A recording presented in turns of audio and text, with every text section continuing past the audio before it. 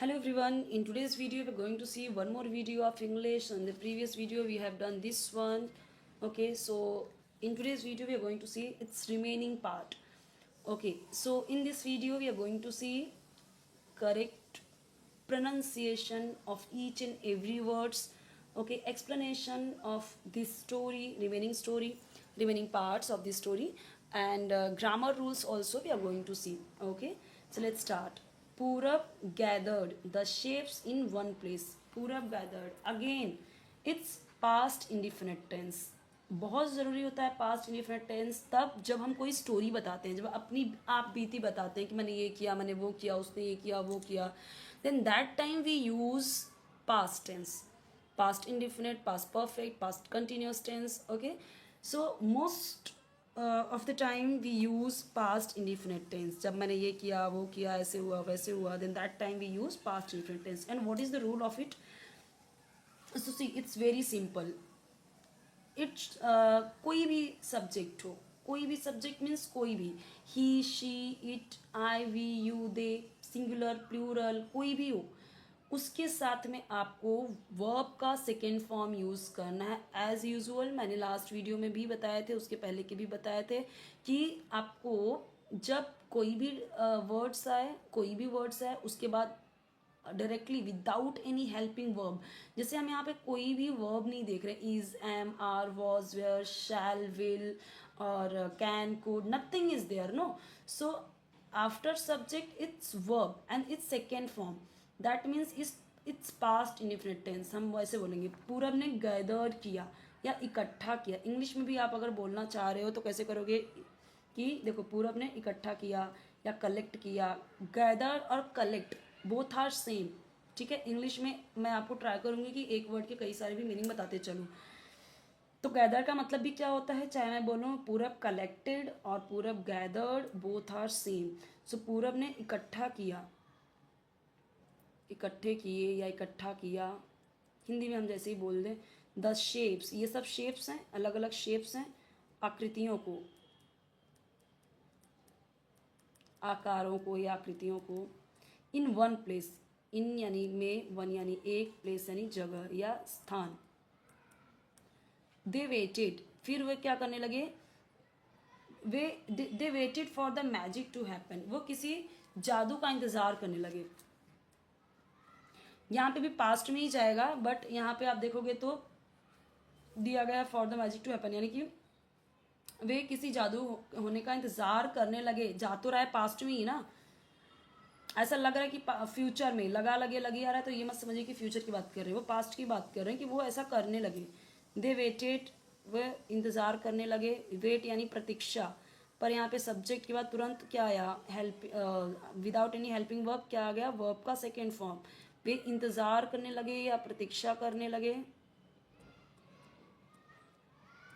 For यानी के लिए, द मैजिक जादू, टू हैपन होने की. हैपन का मतलब हम बोलते हैं ना what happen, it's not happening, तो यानी कि कोई घटना होना, कुछ होना. ठीक है, तो वे जादू होने का इंतजार करने लगे. Two bicycles appeared in front of them. Two bicycles, ये क्या है, बाइसाइकिल है, ये भी क्या है, बाइसाइकिल है. तो टू बाइसाइकल्स, दो बाइसाइकल्स, दो बाइसाइकिल यानी बाइसाइकिल. अपीयर्ड यानी सामने आया. अपीयर्ड का मतलब कोई चीज़ सामने आ जाना या प्रस्तुत हो जाना, प्रकट हो जाना. ठीक है,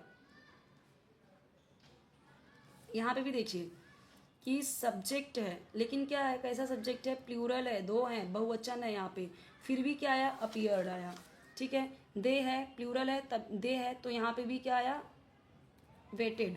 ठीक है, यहाँ पे सिंगुलर था तभी भी सेकेंड फॉर्म. ठीक है, यहाँ पे सिंगुलर था तभी भी सेकेंड फॉर्म. हम क्या देख रहे हैं, चाहे सिंगुलर हो, चाहे प्लूरल हो, चाहे दे हो, चाहे वी हो, कुछ भी है. जब आप पास्ट इंडिफिनिट पढ़ रहे हो तो पास्ट इंडिफिनिट या सिंपल पास्ट दोनों ही बोल सकते हैं. तो उसमें यही रूल है कि अगर सिंपल है, वो कोई नेगेटिव वर्ड नहीं है उसमें, अगर नेगेटिव यूज़ हुआ तब तो डिड आ जाएगा, और वो भी सारे सब्जेक्ट के साथ में डिड नॉट हो जाएगा, फिर सबके साथ डिड नॉट हो जाएगा वो. और अगर नॉट नहीं है, नहीं कुछ नहीं है, नेगेटिव वर्ड नहीं है उसमें, तो सिर्फ ऐसे ही आएगा सब्जेक्ट के बाद वर्ब का second form. Two bicycles appeared in front of. In front of का मतलब क्या होता है? सामने। इन फ्रंट यानी सामने। ऑफ देम, देम कौन है? ये दोनों ना। तो दो बाईसाइकिल अपीयर हुई उनके सामने। अगर मैं इंग्लिश में बोलूँ कुछ वर्ड्स को मैं, तो आपको ये चीज़ ट्राई करना चाहिए कि आपको अपने वर्ड्स में, अपने लैंग्वेज में ना इंग्लिश के वर्ड्स ऐसे ऐड करनी चाहिए। तो मैं क्या बोलूँगी कि दो बाईसाइकिल उनके सामने अपीयर हुए यानी प्रकट हुए, सामने आ गए। कानन एंड पूरब जम्प्ड विद जॉय। कैसे? विद जॉय यानी खुशी से।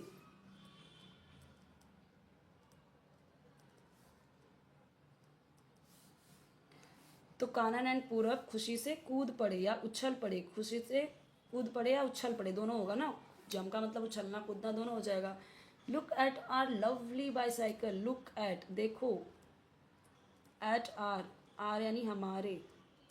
लवली, प्यारे, प्यारी बाईसाइकिल। लुक एट यानी को, हमारी प्यारी बाईसाइकिल को देखो।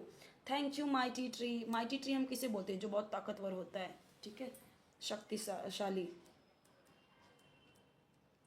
थैंक यू यानी तो आपको पता ही है, धन्यवाद, नॉर्मल है अभी ये। दे सैट, वे बैठ गए।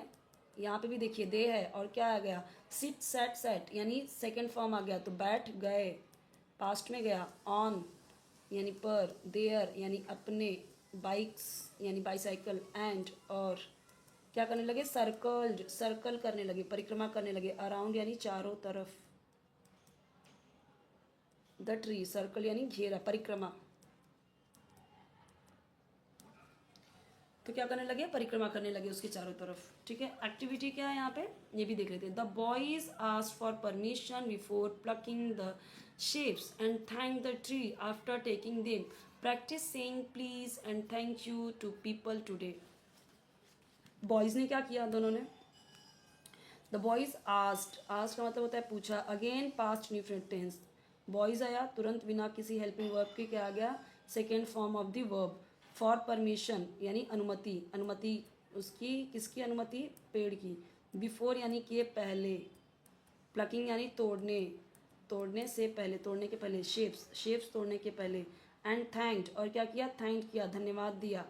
द ट्री, किसको? पेड़ को। आफ्टर टेकिंग देम, आफ्टर यानी के बाद, टेकिंग यानी लेने, किसे? शेप्स को, उन्हें लेने के बाद। प्रैक्टिस सेइंग, प्रैक्टिस करो, कहने की, कहने की। प्लीज़ यानी कृपया, एंड थैंक यू धन्यवाद। पीपल यानी लोगों को, टुडे यानी आज। पीपल यानी लोगों को, टुडे यानी आज। तो हमने एक चैप्टर को हमने 3 वीडियो में देखे हैं, थोड़ू थोड़ू देखे हैं हम, और बहुत इंपॉर्टेंट है ये सारे के सारे। तो आप ये समझिए कि थोड़ा थोड़ा देखिए ताकि आप बोर भी ना हो और एक वीडियो में आपको काफ़ी कुछ सीखने को मिले। ये हमारा टारगेट होना चाहिए, हमारा गोल होना चाहिए, ठीक है। नेक्स्ट में हम देखेंगे, नेक्स्ट वीडियो देखेंगे हम the rainbow. We will see in the next video. इसके अलावा आपको कोई वीडियो चाहिए कमेंट बताइए। अभी मैं छोटे स्टैंडर्ड की बुक से स्टार्ट कर रही हूँ, सेकेंड स्टैंडर्ड, फर्स्ट स्टैंडर्ड, बाद में धीरे धीरे करके हम बड़े स्टैंडर्ड के लेवल की बुक्स देखेंगे, ठीक है। फिर उसके आगे और स्टोरी बुक्स देखेंगे। फिर ग्रामर, अगर कमेंट आया कि ग्रामर ऐसे समझ में आ रहा है, समझते चल रहे हो आप, तो ठीक है। अलग से अगर आया ग्रामर की वीडियोस बनाने के लिए तो मैं श्योरली मैं प्रोवाइड करूँगी, ओके। चैनल को जरूर सब्सक्राइब कीजिए, वीडियो लाइक कीजिए, फ्रेंड्स के साथ शेयर कीजिए, और कोई भी वीडियो चाहिए कमेंट में ज़रूर बताइए।